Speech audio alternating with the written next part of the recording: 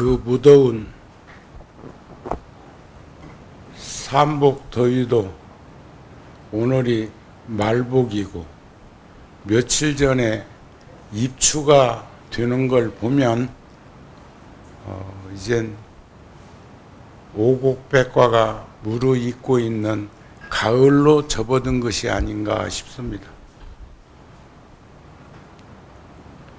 언제부터인가 봄인가 싶으면 가을이고 여름인가 싶으면 겨울이고 또 그런가 하면 여름오고 겨울은 있는데 봄, 가을을 잘 못 느끼면서 사는 사람들이 많다고 그럽니다.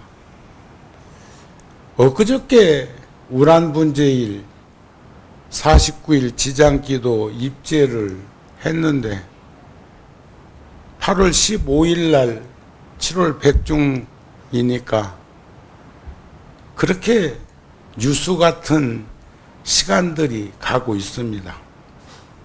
불교는 자기 도리를 가르치는 덕목을 불교다 이렇게 말을 하지요. 능엄경에 보면 견견지시에 견비시견이라는 가르침이 있습니다. 견견지시라는 말은 볼 것을 보는 것은 보는 것이 아니다. 응용해서 말하면 쓸 걸 쓰는 것은 쓰는 것이 아니요 줄 걸 주는 것은 주는 것이 아니야. 그러니까 근본을 잊어버리지 않고 자기 도리를 다하면서 살아가는 것을 우리는 일이라고 하지 않습니다. 그러니까 견견지시, 볼견자, 볼견자, 갈지자, 떼시자, 견견지시, 볼 것을 보는 것은 견비시견, 보는 것이 아니다. 당연한 것이다. 이런 말이 되는 것이 아닐까 싶습니다. 옛글에 보면 그런 말이 있었대다. 물속에 사는 물고기하고 물에 들어갔다 육지에 갔다 하는 거북이하고 논쟁이 벌어졌었대요. 거북이가 육지를 물고기한테 아무리 알려주려고 해도 육지에 대해서 거북이는 물고기는 잘 이해를 못하는 거예요. 우리 어렸을 적에 남대문이 문턱이 있어 없어요? 그런데 서울 한 번도 안 갔다 오니까 이게 딱 하네. 아 이놈아, 대문에도 문턱이 있는데 남대문에 문턱이 없을 리가 있냐고. 여러분들 남대문에 문턱이 있어요 없어요? 왔다 논지가 재밌네. 문인데 왜 문턱이 없을까? 여기도 있고 다 있는데. 그러듯이 거북이가 육지에 대해서 명쾌하게 표현할 수 없고 이해시킬 수는 없다고 해서 물고기가 육지의 존재를 부정하게 되면 거북이가 일깨워 줄 수는 없지만은 그러나 거북이가 본 육지는 있는 것을 우리는 한번 살펴볼 수 있는 그런 것을 견견지시의 견비시견으로 표현을 해봤습니다. 요즘 힘드시죠? 더우시죠? 여기는 자꾸 뒤에 의자가 늘어나는 걸 보면 신세대들이 많이 오나. 그런데 제가 세상 살아보니까 젊었을 때는 무릎을 꿇어도 그만, 안 꿇어도 그만, 가부좌 틀고도 그만 했는데 언제부터인가 무릎을 꿇어보지 않으면 하루에 한 10분이고 5분이고 15분이고 무릎을 이렇게 방석 위에 무리해서 꿇을 일은 아니지만 무릎을 꿇지 않으면 가부좌 들고 앉기도 힘듭니다. 그러니까 의자 생활을 하고 침대 생활을 하고 걸터 앉는 생활을 하는 이들은 이렇게 가부좌 들고 못 앉아. 편히 앉아. 예. 저도 젊은 시절에 한 50대까지는 무릎을 1시간 꿇고 앉아도 견딜만 하고 한 15분 정도 무릎 꿇고 있는 것은 아주 상쾌했고, 또 가부좌 들고도 1시간 2시간 앉는 건 일도 아니고 그랬는데 언제부터인가 그런 것들이 점점점 쉽지 않은 모습으로 변화되어가는 몸의 구성을 봅니다. 그래서 저는 조금 전에도 내가 무릎 꿇고 노래 2곡 하는 동안에 무릎 꿇고 있었어요.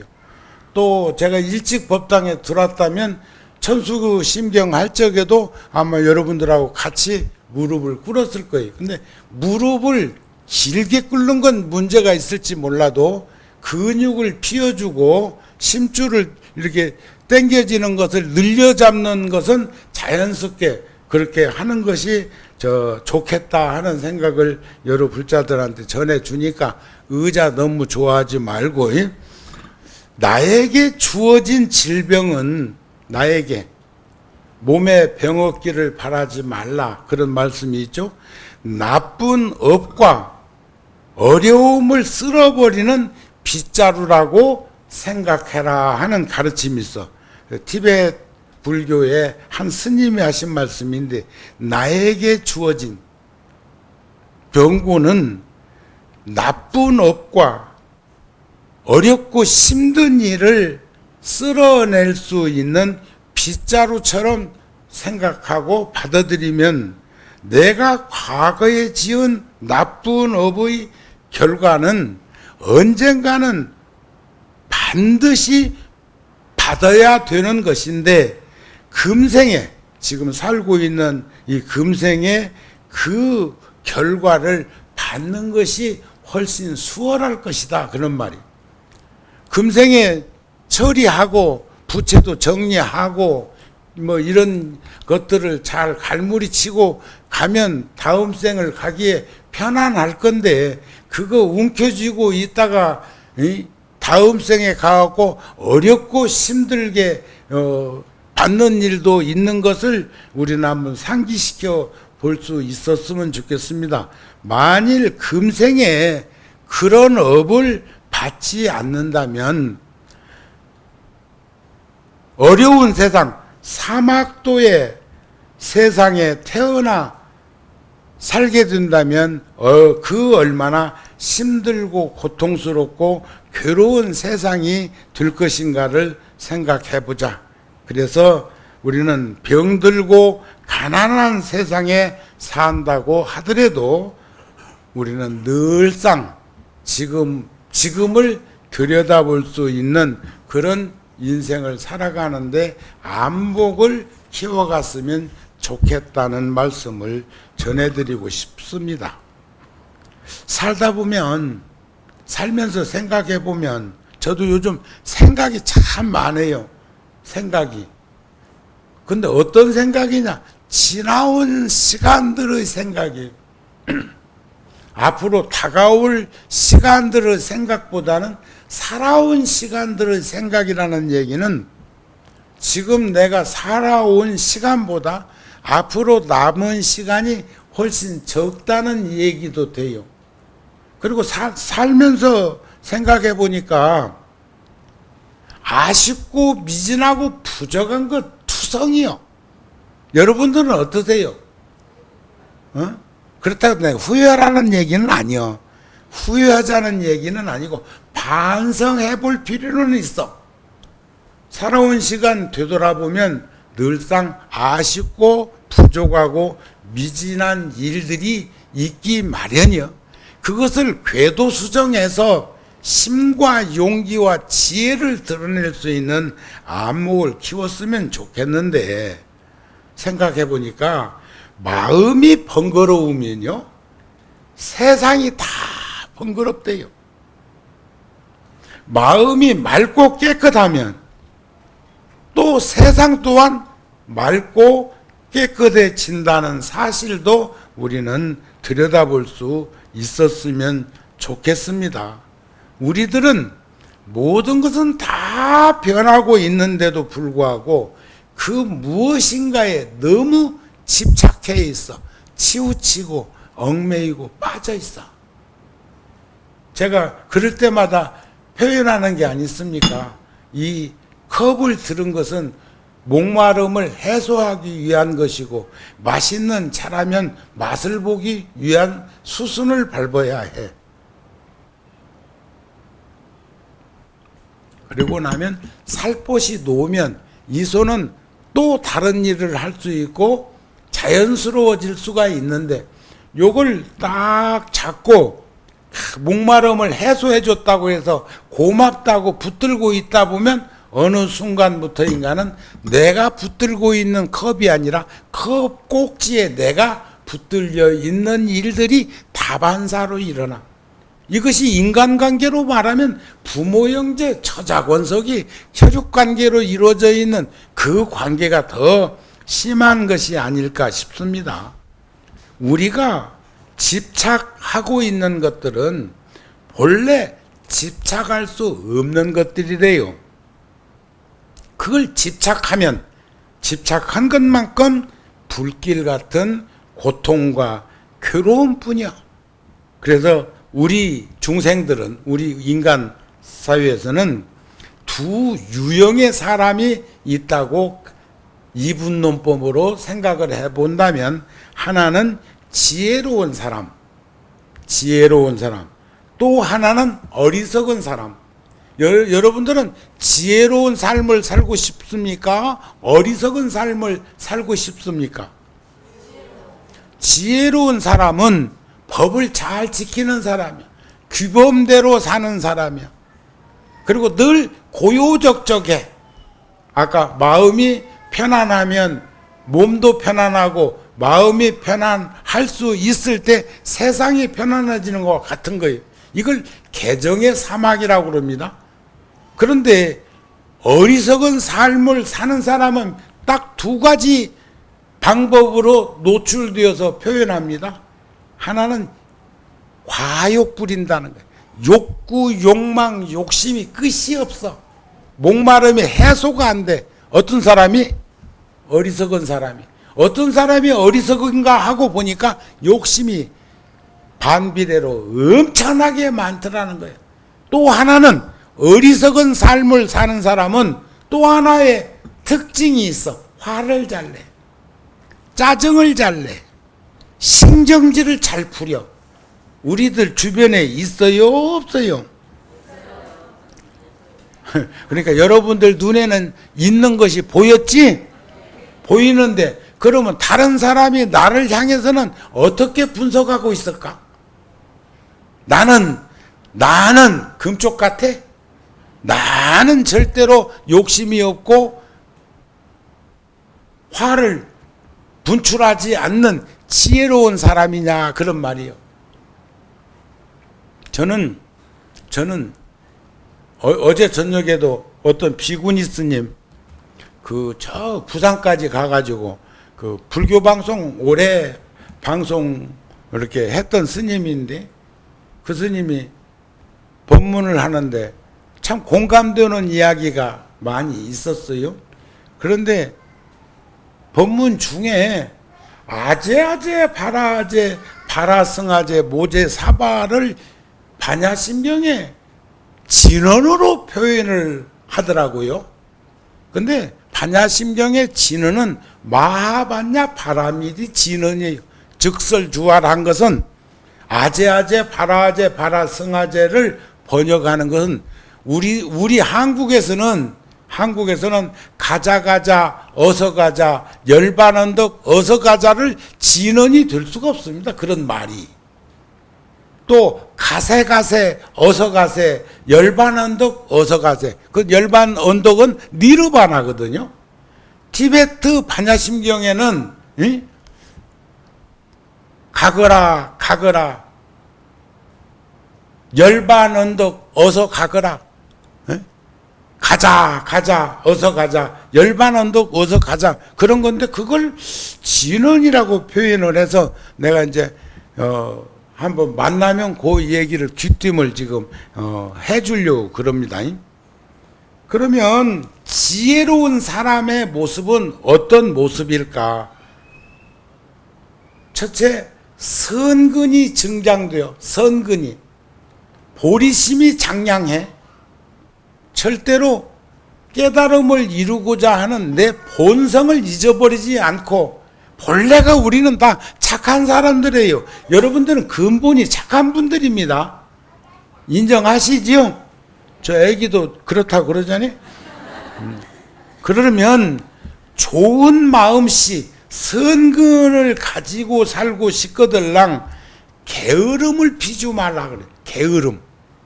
게으름을 피지 말고 부처님의 가르침, 선법을 잘 배워 익히라 그랬어. 선법. 전에 한번 제가 여기 와가지고 그 영화 얘기하면서 한번 드린 말씀이 있었는데, 첫째는 착하게 살아라. 두 번째는 연민심을 가져라. 세 번째는 너그러워라.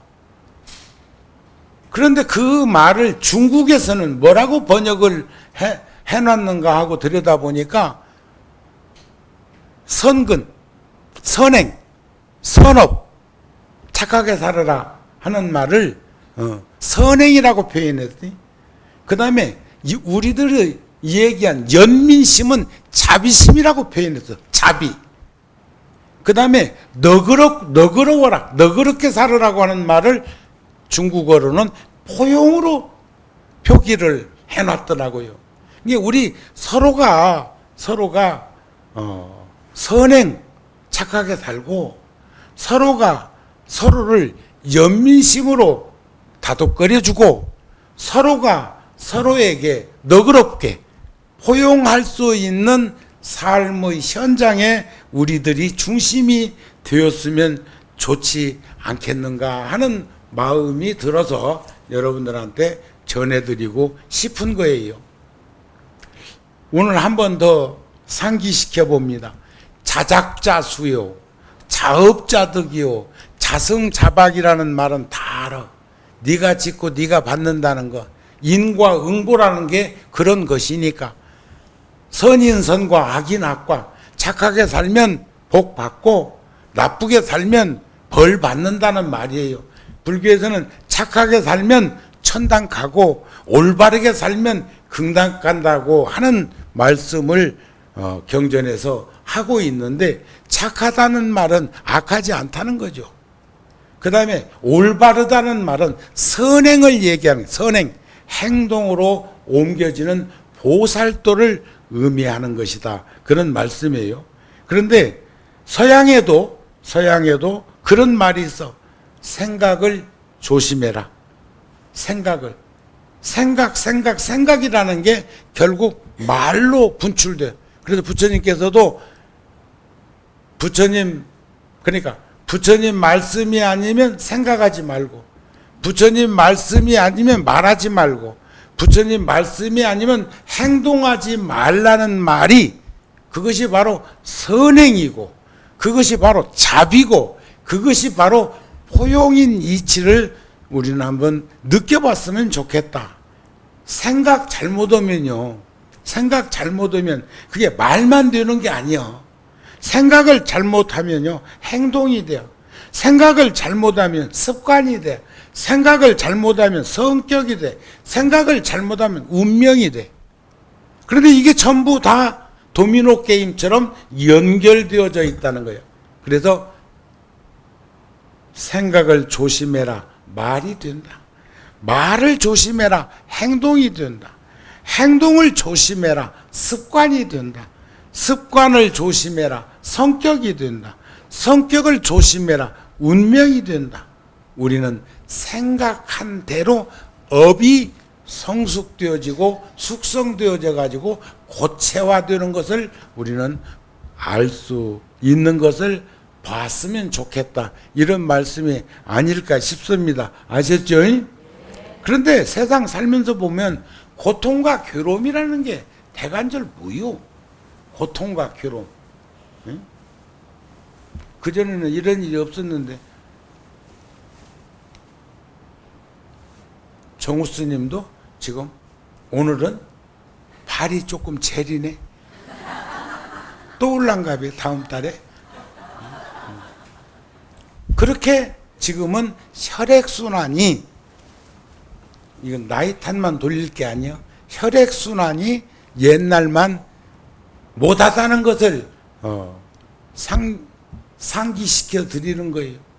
저는 그전에는 1시간, 2시간, 3시간 이렇게 앉아있어도 지금도 내 방에서 차 마시면서 좋은 이들하고 시간을 뭐 한두 시간 앉아서 차담하면서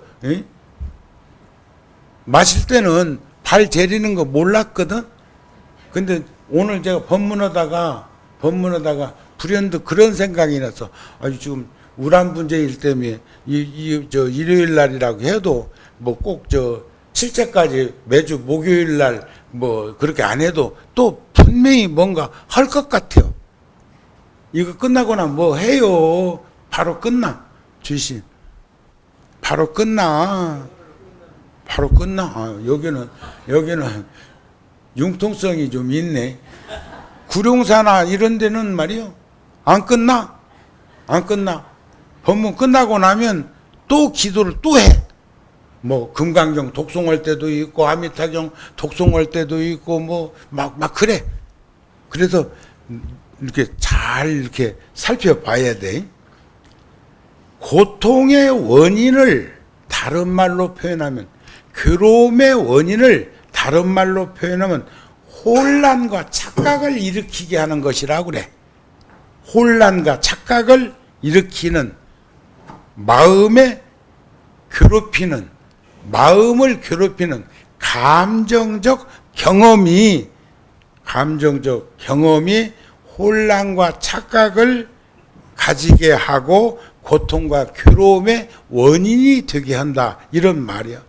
우리가 기도를 하거나 정진을 하거나 절을 하거나 참선을 하거나 다양한 방법으로 우리가 마음을 맑혀가는 그 축에 보면 하나는 방편이고 하나는 지혜가 있다고 그럽니다.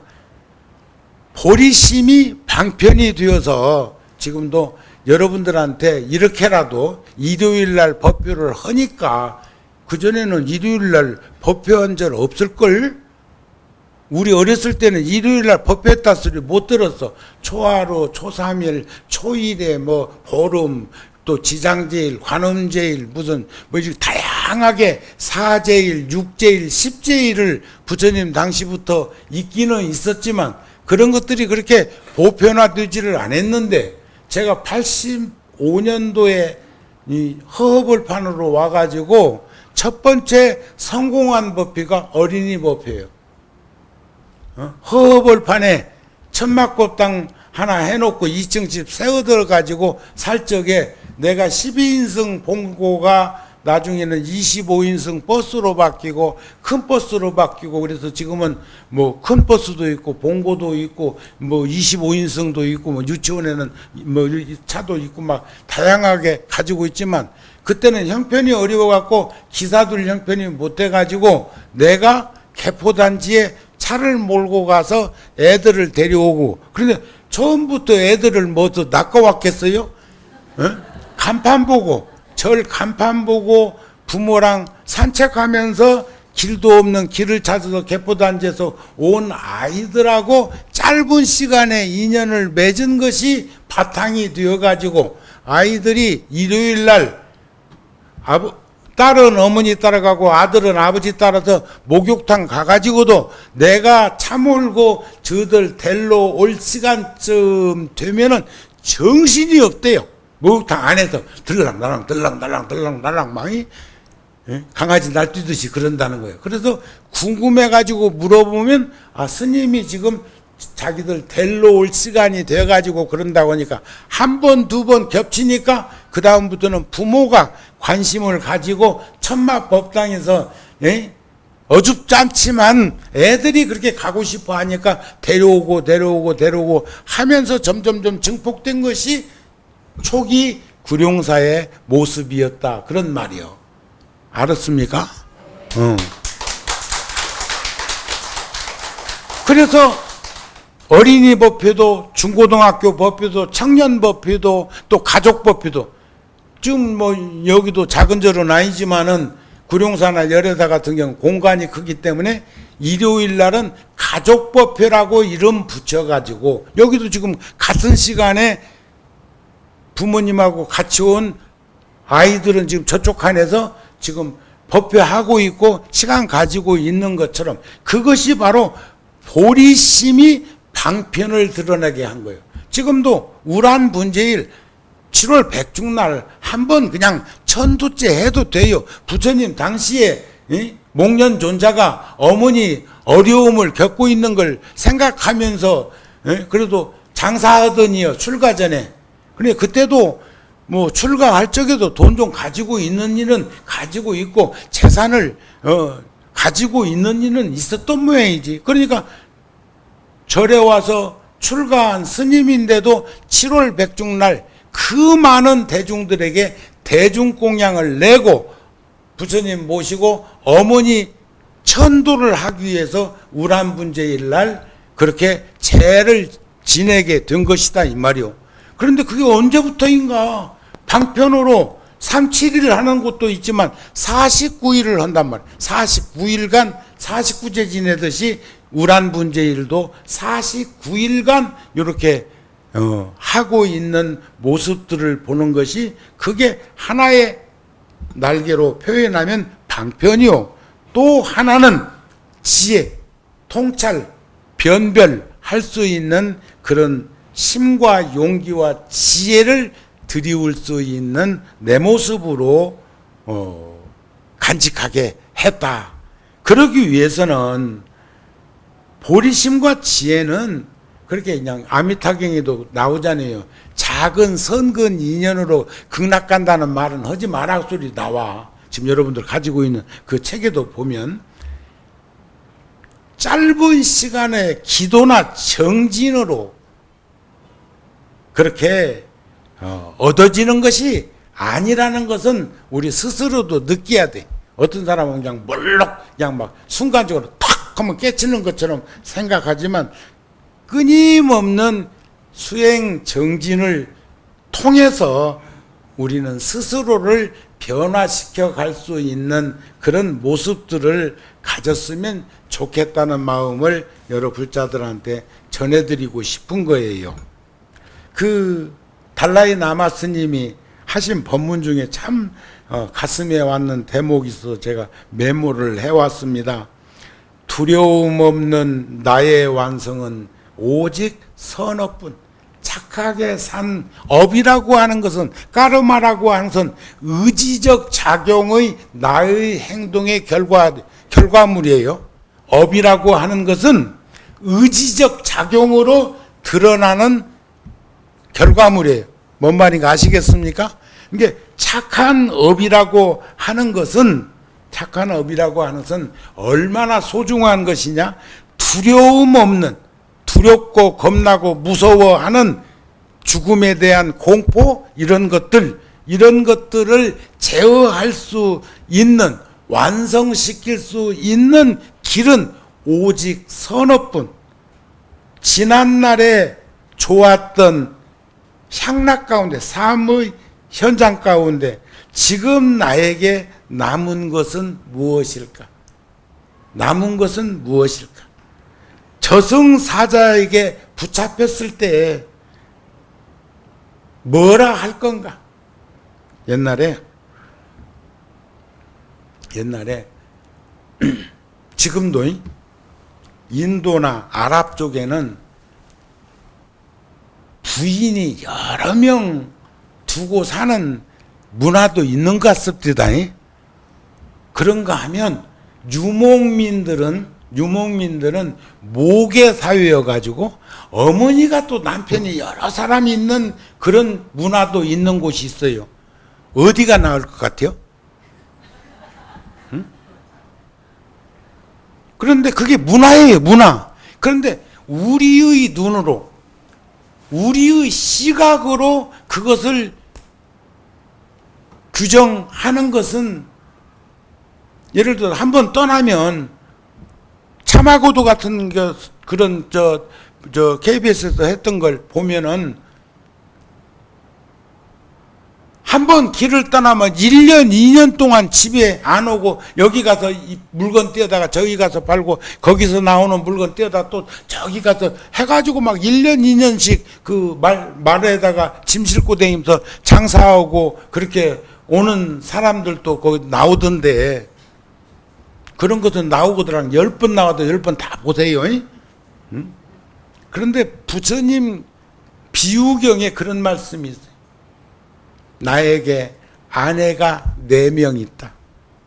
첫째, 둘째, 셋째, 넷째 부인이 있다. 어느 부인을 가장 사랑했겠느냐? 한번 누가 대표로 한번 말 한번 해볼래? 4명의 부인이 있다면 어떤 부인을 사랑했을까? 응? 착한 여자? 아니, 첫째, 둘째, 셋째, 넷째 부인이 있으면 누구를 가장 사랑했겠냐니까. 어?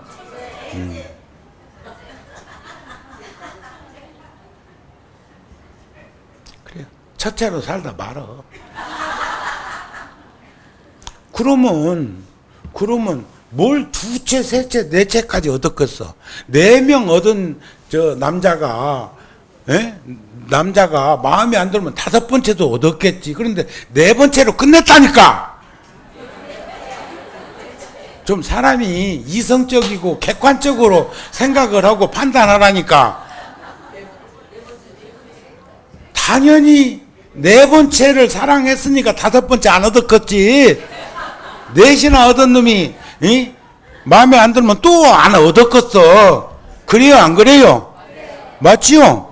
그럼 넷째를 제일 사랑했다니까. 너 없으면 나무 살고 나 없으면 니 못 산다고 했다니까. 그런데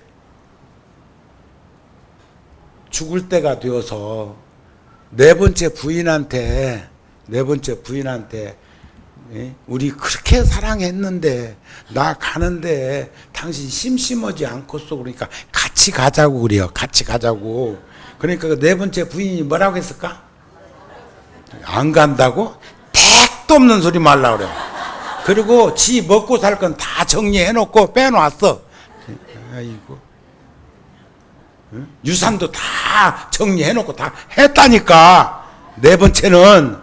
그러니까 이제 3번째한테 가서 똑같은 얘기를, 그래도 3번째도 한참 좋았거든. 3번째한테 가서 하니까 뭐라 하냐? 가시는 길에 전송을 해드리겠으면 어찌 제가 같이 갈 수야 있겠소? 이런다.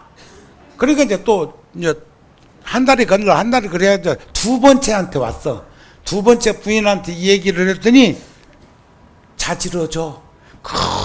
금방 따라 죽을 것처럼 강그러져. 울고 불고 난리가 났어.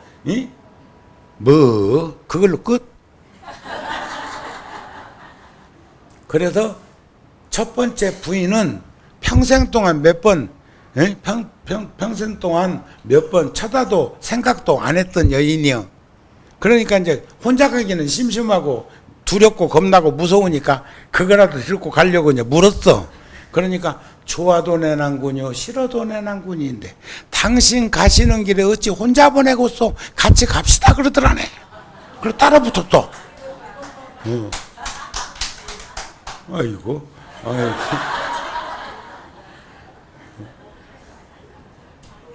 남자처럼 생각하고 사네.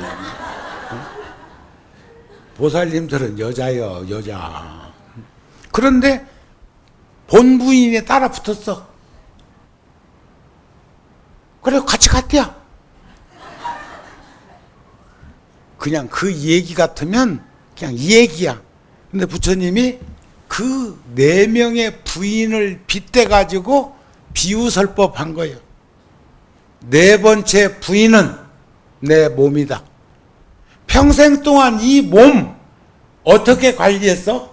어떻게 관장했어? 어떻게 유해줬어? 끔찍하게도 유해줬잖아요. 너 없으면 나 못 살고 나 없으면 니 못 산다고 대걸대걸 뒹굴었잖아요. 근데 숨 거둠과 동시에 땡 끝이요. 그러면 세 번째 부인은 누구냐?